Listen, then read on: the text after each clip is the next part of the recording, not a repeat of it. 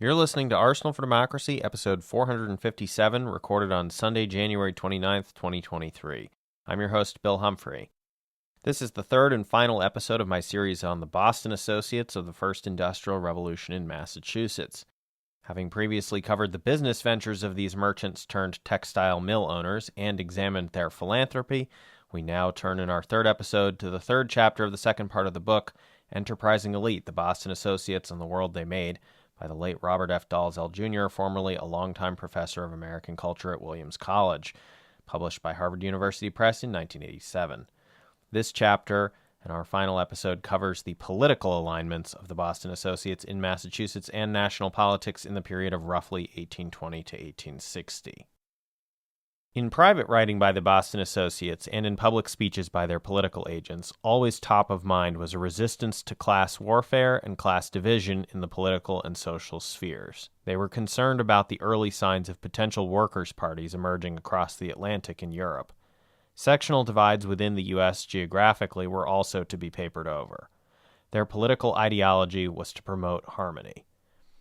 In a way, you might see some parallels to the Chinese Communist Party's state capitalism from the Boston Associates' version of capitalism and ideology, which was distinct from the rest of the capitalist class in the United States to some degree. The preferred political vehicle of the Boston Associates after the fall of the National Republicans was the Whig Party, established at the end of 1833 in opposition to the controversial populist autocratic politics of Democratic President Andrew Jackson. The Whigs would come to prominence as a credible national political force in the aftermath of the Panic of 1837, which occurred under Democratic President Martin Van Buren. Whigs were completely dominant in Massachusetts politics, governors, legislators, congressmen, and senators, and they acted to protect the interests of major corporations like those owned by the Associates. And again, bear in mind here that, as we talked about earlier in the series, corporations were not a major feature of business prior to this period, and basically the Boston Associates led the way in the use of these joint stock corporations as opposed to smaller partnerships. Of the 283 Bostonians worth more than $100,000, nearly 250 of them were Whigs, while 26 of the 27 millionaires in that category were Whigs.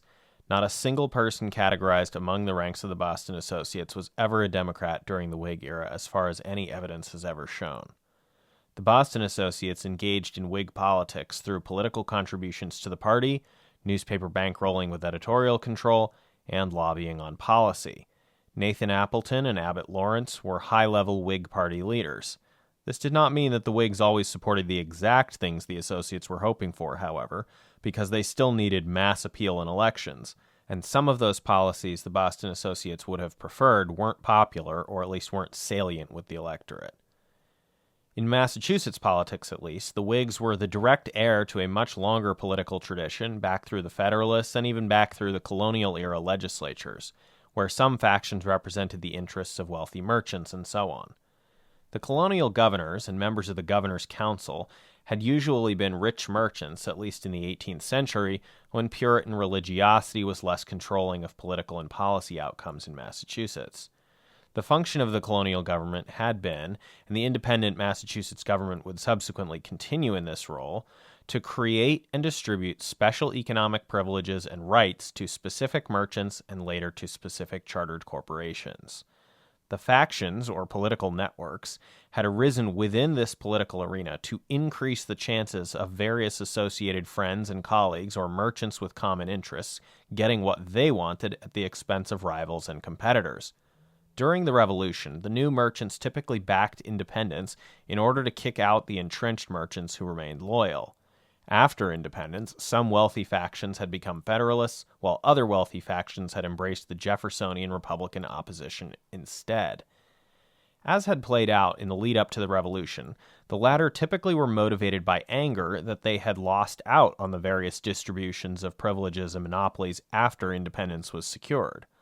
This pattern recurred over and over through the years, with old money rich guys supporting the status quo unfairness in their favor, and the new money rich guys attacking these setups until the next crop of new money rich guys popped up to attack them in turn.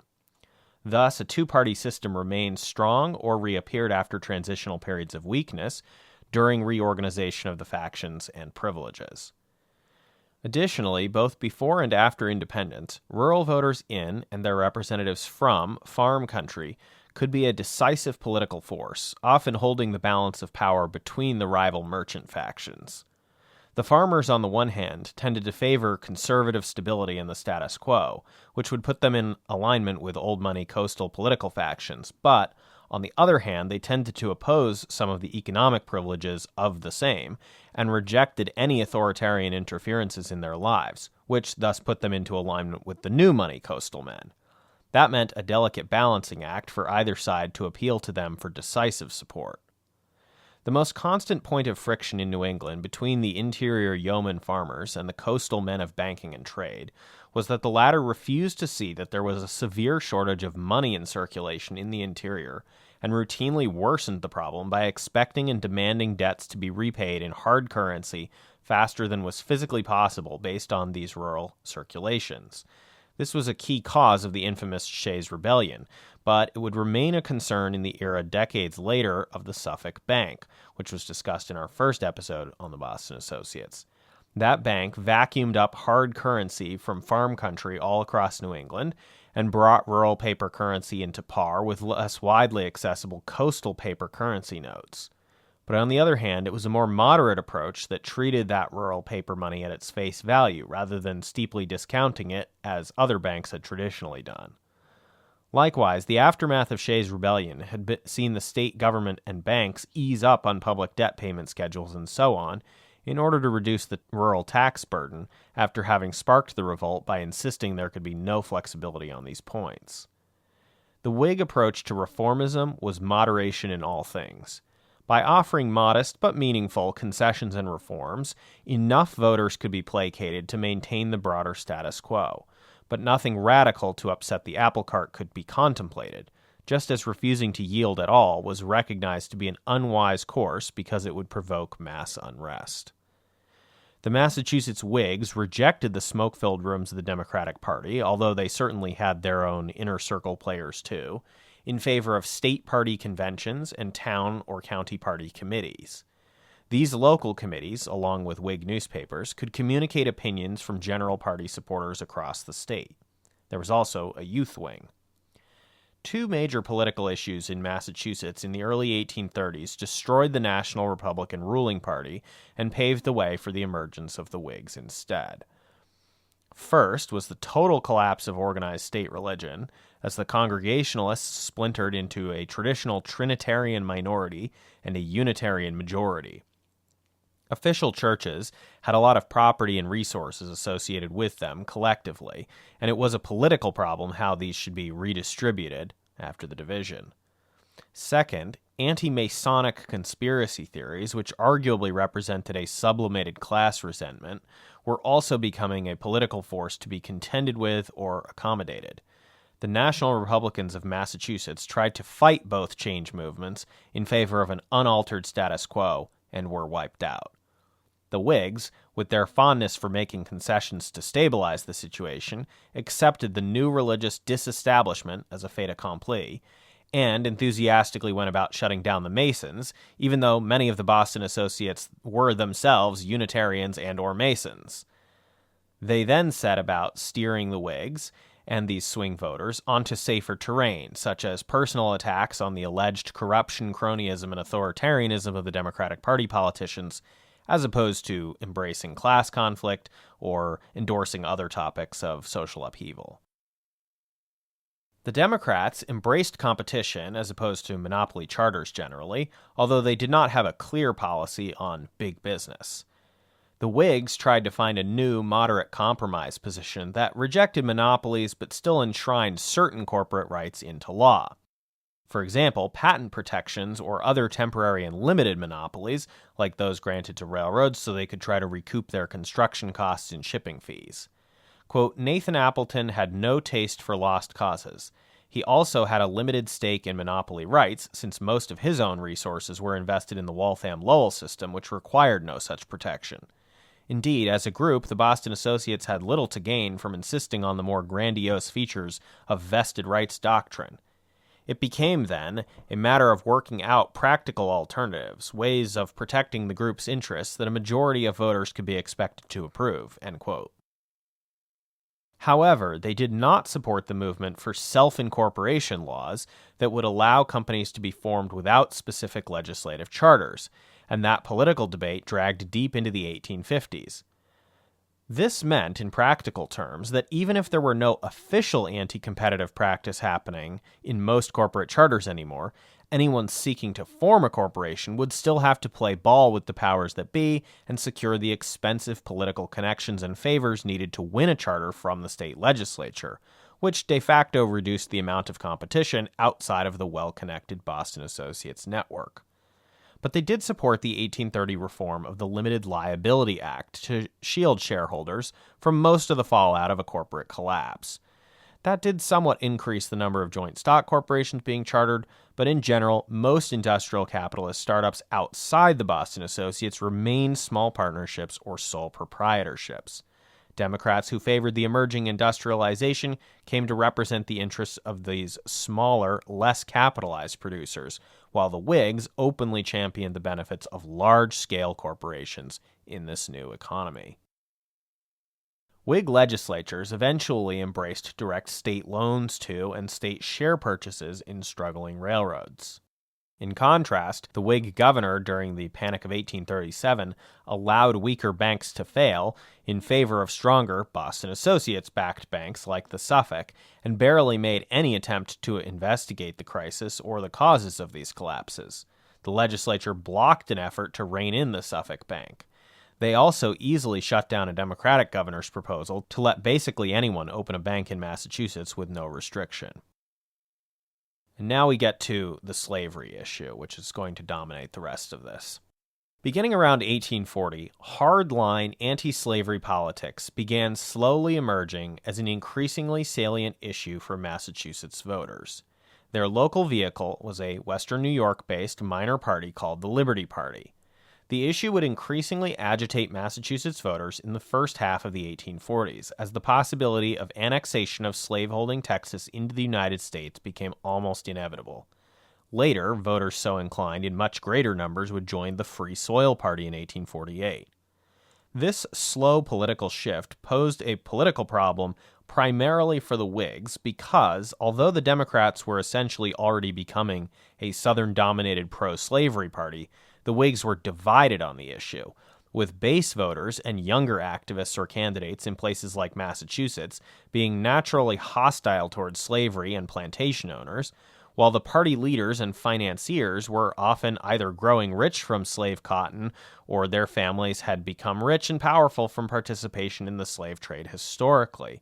They also believed they needed enthusiastically pro-slavery candidates nationally to have a shot at the presidency, to say nothing of obtaining the votes of pro-slavery congressmen and senators on import tariffs needed by Whig donors' factories. As an institution, the party was therefore extremely ambivalent on the issue of slavery, something which would eventually destroy the Whig Party, especially in Massachusetts. As a side note, I found on Wikipedia a note that one of the Appleton cousins, who was outside of the ranks of the Boston Associates and their huge wealth, was actually the 1842 Liberty Party nominee for governor of Maine. Eventual U.S. House Speaker Robert Winthrop was an example of the incoherent slavery politics of Massachusetts Whig leadership, ferociously denouncing, his own wording was uncompromisingly, quote, the addition of another inch of slaveholding territory to this nation, end quote, in the form of Texas annexation, but not actually supporting abolition, where slavery already existed, which would in the end contribute to him taking L after L from Massachusetts voters and legislators in the 1850s, and then also supporting General McClellan's 1864 presidential election bid against Abraham Lincoln, a classic Whig political suicide arc. Lawrence Abbott was a firm opponent of the Whig Party embracing anything abolitionist. Many of the associates, however, were a bit more flexible, perhaps reading the political winds more effectively. At any rate, the senior Whigs, including Boston Associates, who resisted Texas annexation, moved on soon as statehood was granted anyway, while the younger figures became increasingly hardline and vocal against slavery anyway. Members of the general public began finding themselves increasingly troubled by the obvious conflict of interest for cotton textile magnates on the slavery issues, using terms like cotton Whigs or conscience Whigs, especially after the anti-Texas Young Whigs clique in Massachusetts leaked letters from Abbott Lawrence and Nathan Appleton to Charles Francis Adams Sr., one of those young Whigs, who would eventually be a key diplomat in Abraham Lincoln's war effort. The situation did not improve for the Whigs on the slavery issue when, almost immediately after Texas statehood, the U.S. invasion of Mexico began, and slavery expansion was clearly going to become a live question for many years to come. Senior Whigs tried to stake out incoherent moderate centrist positions on the war itself, while the more junior Whigs found themselves absolutely unable to endorse the war or its implications. Fanatical public opposition to the war in Charles Francis Adams' Whig newspaper would propel younger anti-slavery Whigs like Charles Sumner to national careers and ultimately out of the party, along with Adams himself when the Free Soilers formed in 1848 after the war ended. Adams began relentlessly attacking the Boston Associates by name for their financial relationship to slave cotton. For more on this topic broadly, you should listen to friend of the show Patrick's January 2021 episode of his show, Conspiracy You Can Believe In, on the emergent public mass consciousness of the slave power conspiracy's control of the antebellum United States. Eventually, the party would split when the Whigs nominated the Mexican War General Zachary Taylor, a pro-slavery Southerner, for president in 1848. And Abbott Lawrence was a serious contender for vice president, until the anti-slavery Massachusetts Whigs tanked his chances at the National Convention as their Parthian shot before leaving the party altogether forever. Quitting the Whigs at last, former state legislator Charles Francis Adams became the Free Soil Party's vice presidential nominee. Adams evocatively and provocatively denounced the alliance, quote, between the cotton planters and fleshmongers of Louisiana and Mississippi and the cotton spinners and traffickers of New England, between the lords of the lash and the lords of the loom, end quote. The Boston Associates were now firmly in the crosshairs or spotlight for their political power and their indifference at best on slavery. I think it's interesting to note that many of the key figures of the 1848 drama in Massachusetts Whig politics were all from leading Boston dynasties. But, once again, not all of these dynasties were Boston Associates. Adams, for example, was the son and grandson of the two U.S. presidents, but that family was not in the Associates. Adams, however, was married to the daughter of a Boston Associate, Peter Chardon Brooks, a wealthy merchant. Another figure on his side of the party crack-up was Congressman John G. Palfrey, a member of the Palfrey family, which is still a political dynasty in Massachusetts as recently as 2022, although his late mother had been a Gorham, a family which did include one Boston Associate. Taylor won the Whigs the presidency anyway on the strength of his personal brand, but the party itself was headed for collapse now that the anti-slavery supporters had exited for good. Within Massachusetts, the Free Soil candidate for governor in 1848 actually came second ahead of the Democrat, and the Free Soil legislative candidates ended the Whig majority in the legislature. The next year, these Free Soilers would begin running in tactical alliances with these Democrats to maximize results. Adams seemed comfortable slightly embracing class warfare against the Boston Associates, criticizing his former political home as, quote, the property party, end quote, although he generally tried to hold the focus on the issue of slavery alone. Meanwhile, Charles Sumner began attacking, quote, the corruption of wealth, end quote, as a bigger danger than mob rule, and specifically began making a target of, quote, the tendency of the Commonwealth to consolidate wealth in corporations, end quote. Again, considering how unusual the corporate form remained in Massachusetts outside of the ranks of the Boston Associates, this was a fairly pointed shot, especially given his long-standing, very close but non-marital personal ties to the Appletons. At this point, some of the associates and their political allies began to grow fairly concerned that class prejudice might actually become a serious threat that could not be overcome with patriotic appeals to national unity. The Whig Party further signed its own death warrant when the party bigwigs and Webster got firmly behind the Compromise of 1850, which included the explosively unpopular Fugitive Slave Act, requiring Northern authorities and citizens to cooperate in apprehending and extraditing escaped Southern slaves, which no Northerner of any conscience at all could tolerate. Mass demonstrations erupted in Boston to protect escaped slaves and block the enforcement of the law. Continuing not to read the situation with any acumen for survival, the Boston Associates warmly embraced the Fugitive Slave Act, with one, Amos A. Lawrence, even offering to personally assist in its enforcement. Only one new Massachusetts Whig congressman, a Boston associate himself, had actually voted for the package, with the failure of the rest of the congressional delegation to do so demonstrating a fairly clear collapse in institutional Whig control over their own remaining members. By the next year, the Whigs had been wiped out in Massachusetts altogether at the hands of the Free Soil Democratic Coalition. The Boston Associates had gone all hands on deck, pouring in their seemingly endless dollars to try to prevent the coalition in the legislature from making Charles Sumner a U.S. Senator, and they failed.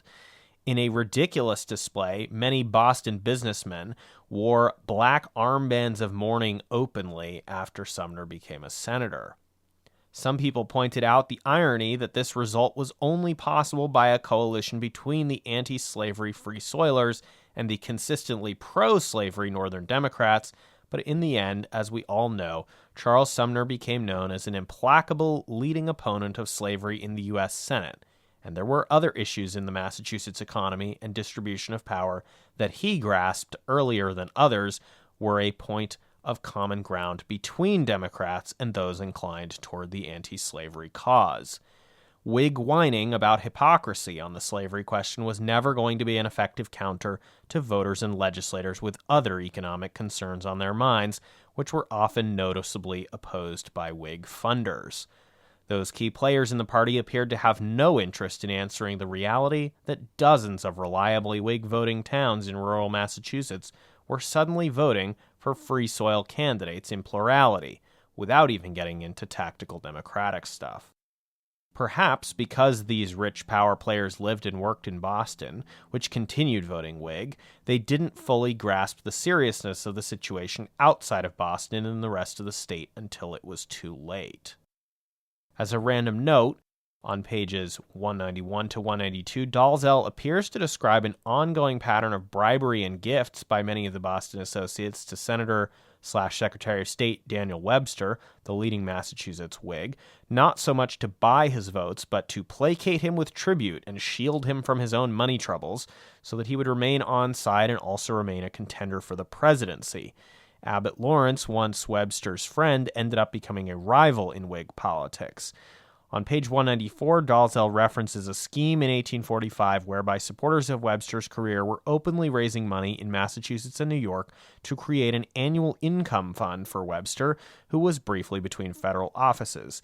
I have no idea if this was common at the time for other politicians, but in the U.S. Senate, Daniel Webster was the longtime leading champion of protective tariffs on imports of finished goods of the type being manufactured domestically by the Boston Associates. This tariff's political backing finally ran out, despite the Associates' preferences, in 1846. So let's talk about nativism. In the episode on Boston Associates philanthropy, we covered how the sudden arrival in the 1840s of large numbers of Irish Catholic immigrants in Boston had changed the way charity and philanthropy was approached by the wealthy Bostonians. But how did they respond politically via the Whig Party, which was also breaking up over the slavery issue? Nativist anti-immigrant and anti-Catholic political reaction in Massachusetts began first in the areas outside of Boston, not in Boston itself, where the immigrant slums were being established. This was also a town and countryside movement, not an urban movement. They also embraced temperance politics for various reasons, but linked this to their anti-Irish messaging among those reasons.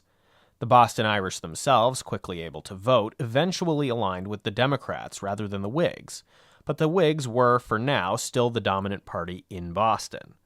There was a credible attempt in 1852 to pivot the Whigs to being a pro-Irish, pro-alcohol party in Massachusetts, and they won the governorship for a single year. But in the long run, this alienated prohibitionist or nativist Whigs outside of Boston. Abbott Lawrence deployed his money very liberally in mobilizing Irish Catholic votes and became close with the Bishop of Boston.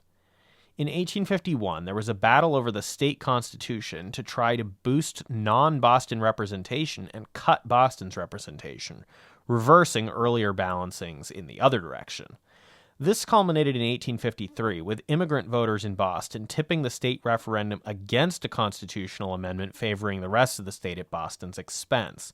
But again, this short-term win simply opened the door for the shocking and infamous 1854 elections, where the new Know-Nothings formation stormed to power in Massachusetts, winning control of the legislature, the governorship, and every U.S. House seat in the delegation, on an anti-Irish nativist platform that basically promised to defeat all the existing parties, and for 1 year did just that. All but a few dozen Know-Nothing legislators elected had never held office before. Also back in 1851, the legislative coalition against the Whigs finally destroyed a key bulwark of Boston Associates policy discussed earlier. They finally passed that law to allow self-incorporation without a special charter act of the legislature, making it much easier, faster, and cheaper for almost anyone to form a new corporation.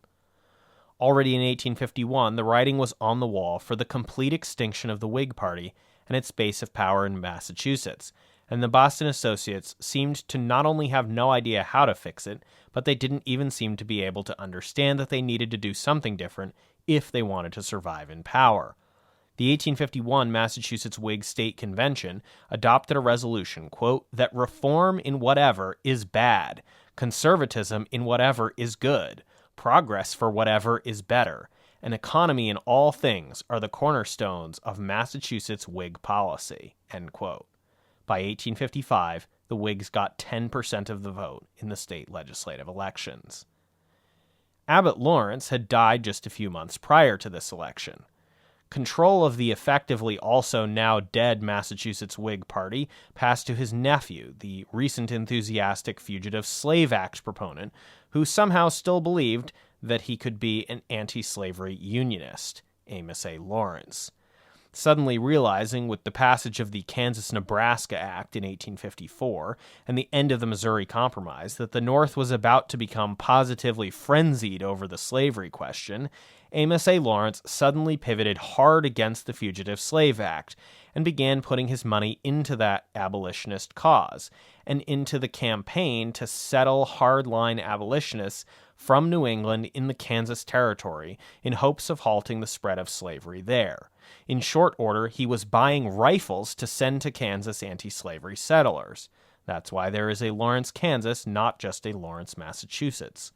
He also reconciled personally, if not politically, with Charles Sumner after the caning incident.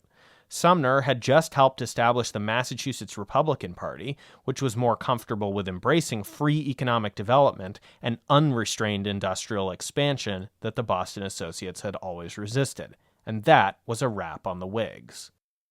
Several of the leading remaining Boston Associates tried to form their own new American Party in opposition to the Republican Party, which they refused to join because they were committed to anti-sectionalism and, by definition, the Republicans were going to force the sectional crisis to a head.